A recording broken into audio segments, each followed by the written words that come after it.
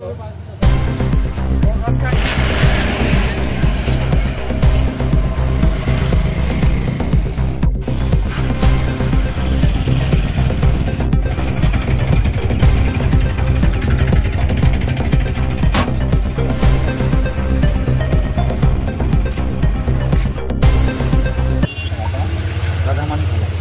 বাড়ি, রাধামালি আলাম, যার বাড়ি জৈতাং, তাকে ধরা হয়েছে 2 প্যাকেট মানে সাবানের কেস, একটা হিরোইন আছে এবং সাথে অনেকগুলি ছোটো ফুটা যেগুলো আছে, অনেকগুলি ছোটো ফুটা আছে।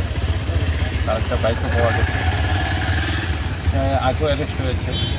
তার নামে বিভিন্ন থানাতে বিভিন্ন কেস আছে, এনডিপিএস আছে।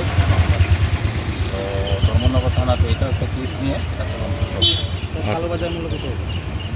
এখানে তো প্রায় 25 গ্রামের মতো হবে, যেটা স্ট্যান্ডার্ড।